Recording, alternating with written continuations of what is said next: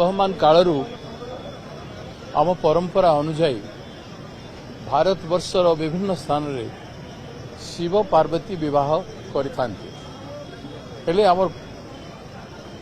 संबलपुर रे शीतल षष्ठी समय रे जो शिव पार्वती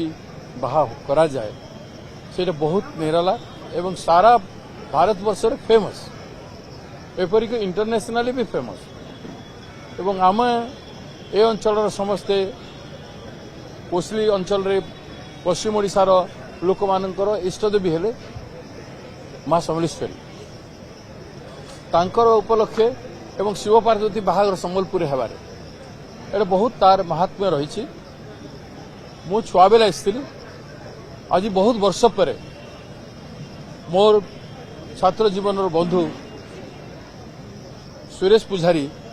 ए कार्यक्रम आयोजन करिसेंती एवं से निमंत्रण करथिले शिव पार्वती बाहागर पाई सेथि पाई मु आइसथि शिव पार्वती बाहागर होछि प्रकृति एवं पुरुषर मिलन प्रकृति जल वायु अग्नि ही पारे पंचतत्व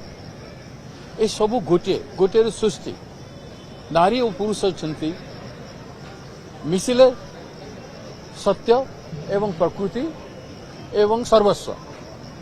तेणु से काम आज करा एटा को लोक बुझीबा कथा पुरुष एवं स्त्री महामिलन नारी जे प्रकृति जहाँ दिशुची सेटा नारी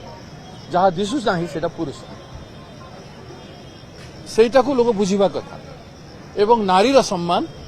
करबा कथा नारीर सम्मान आमे मां को पूजा करूछु विभिन्न रूप रे दश दुर्गा नवदुर्गा लक्ष्मी सरस्वती काली हिसाब रे विभिन्न हिसाब रे करूछु किंतु घरे जो मां अछि भौणी अछि रास्ता घरे जो मां भौणी जाउछंती सेमान को आमे मां रूप रे देखि पारुना दुर्भाग्य आज दिन रे समस्त को अनुरोध करी मां गोटे नारी गोटे अनेक नुह निज मां निज घर महिला एवं समस्त घरे महिला रास्ता रे जाउथवा महिला माने से माने समस्त गोटे पार्वती होउछंती समस्त स्वरूप जे दिशुछंती देखिक भी आमे तांको प्रति सम्मान ठीक हिसाब रे करि पारुना एवं शिव होउछंती